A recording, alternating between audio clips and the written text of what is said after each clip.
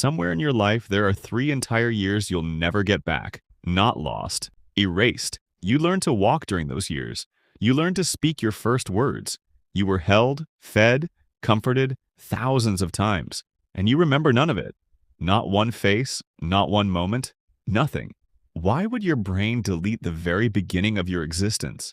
Scientists call this infantile amnesia, and it happens to almost everyone on Earth. The average adult's earliest memory doesn't begin until somewhere around age 3.5. Everything before that is simply gone. For decades, researchers assumed babies just weren't forming memories yet. Their brains were too undeveloped, too immature. But here's the strange part. That's not actually true. Studies using brain imaging show infants absolutely form memories, even complex ones, within their first year of life. So the memories are being made. The question isn't whether babies remember. It's why adults can't access what they remembered. One leading theory points to a structure deep in your brain called the hippocampus, the part responsible for stitching memories together into a timeline you can recall later. In infancy, the hippocampus is still under construction.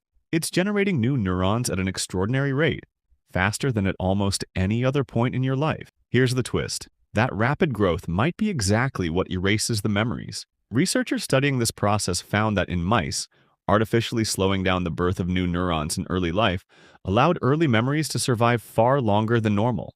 In other words, the very growth that builds your mind may be overwriting its earliest files in the process. Your brain wasn't malfunctioning during those years. It was under construction, and the construction crew didn't save a backup. But if the memories are truly gone, why do so many adults carry unexplained fears, comforts, and reactions with no memory attached to them? Why does a certain smell make you feel safe for no reason you can name? Why do some people flinch at sounds they can't explain? This is where it gets unsettling. Even though the hippocampus can't preserve conscious memory that early, other parts of the brain are already fully active. The amygdala, which processes fear and emotional intensity, is functioning almost from birth. Studies on early childhood stress have found that adverse experiences in the first years of life can measurably alter stress hormone regulation for decades afterward, long after any conscious memory of the event is gone. The event disappears. The nervous system's response to it doesn't. Researchers call this implicit memory, not a story you can tell, a pattern your body learned to run. A baby who was consistently soothed learns, on a level beneath language, that distress gets answered. A baby who cried into silence learns something else entirely, something that can quietly shape how safe the world feels for the rest of their life. None of it stored as a memory you could ever describe. All of it stored as a setting your nervous system now runs on by default.